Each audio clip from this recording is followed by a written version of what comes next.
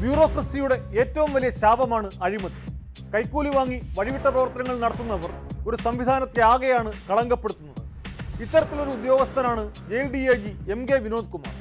തടവുകാർക്ക് parole അനുവദിക്കാനും ജയിലിൽ സുഖസൗകര്യങ്ങൾ ഒരുക്കാനും കൈക്കൂലി വാങ്ങിയെന്ന് കണ്ടെത്തിയ വിനോദ് കുമാറിനെ സർവീസിൽ നിന്ന് സസ്പെൻഡ് ചെയ്തു.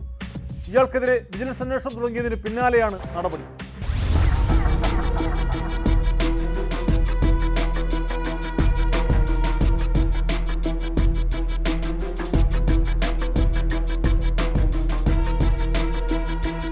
Jail headquarters DIG MK Vinod Kumar തടവുകാരിൽ നിന്നും ബന്ധുക്കളിൽ നിന്നും കൈക്കൂലി വാങ്ങിയതായി വിജിലൻസ് അന്വേഷണത്തിൽ കണ്ടെത്തിയിരുന്നു. പരോൾ നൽകാൻ പ്രതികളുടെ ബന്ധുക്കളിൽ നിന്നും 1.8 ലക്ഷം രൂപ കൈക്കൂലി വാങ്ങിയെന്ന് കണ്ടെത്തിയതിനെ തുടർന്നാണ് വിനോദ് കുമാറിനെതിരെ ഡിസംബർ 17-ന് വിജിലൻസ് കേസെടുത്തത്. ലഹരി കേസിൽ ജയിലിൽ കഴിയുന്നവർക്ക് പരോൾ വേഗം ലഭ്യമാക്കാൻ ഇടപെടാമെന്നറിയിച്ചും കൈക്കൂലി വാങ്ങിയെന്നുമാണ് വിജിലൻസിന് ലഭിച്ച വിവരം.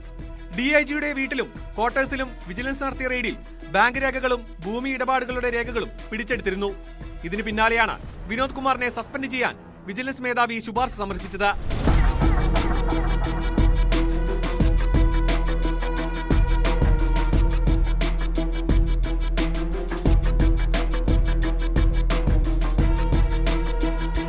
കൊടിസുനിയും അണ്ണൻ സിജിത്തും അടക്കം TP കേസിലെ പ്രതികൾക്ക് ജയിലിൽ സൗകര്യങ്ങൾ ഒരുക്കാൻ ഇവരുടെ ബന്ധുക്കളിൽ നിന്നും വിനോദ് കൈക്കൂലി വാങ്ങിയെന്നും കണ്ടെത്തിയിട്ടുണ്ട്. സുനിയുടെ കൊട്ടേഷന്റെ തെളിവുകൾ നശിപ്പിക്കാനും വിനോദ് കുമാർ കൂട്ടുനിന്നതായാണ് ആരോപണം. 12 തടവുകാരുടെ ബന്ധുക്കളിൽ നിന്നും വിനോദ് കുമാർ പണം വാങ്ങിയിട്ടുണ്ട്. ഗൂഗിൾ പേ വഴിയും ഇടനിലക്കാർ വഴിയുമാണ് പണം വാങ്ങിയിരുന്നത്. വിയ്യൂർ ജയിലിലെ വിരമിച്ച ഉദ്യോഗസ്ഥനായിരുന്നു ഇടനിലക്കാരൻ. സ്ഥലം മാറ്റത്തിനായി വിനോദ് കുമാർ ജീവനക്കാരിൽ നിന്നും പണം വാങ്ങിയിരുന്നെന്നും വിവരമുണ്ട്. ഇക്കാര്യങ്ങളെല്ലാം അന്വേഷണ പരിധിയിൽ വരും.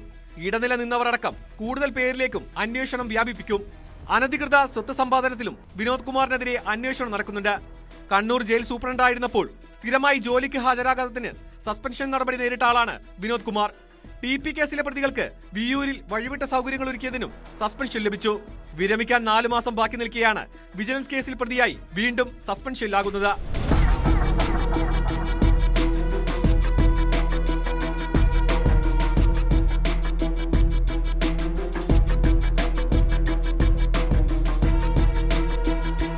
News 18 തിരുവനന്തപുരം.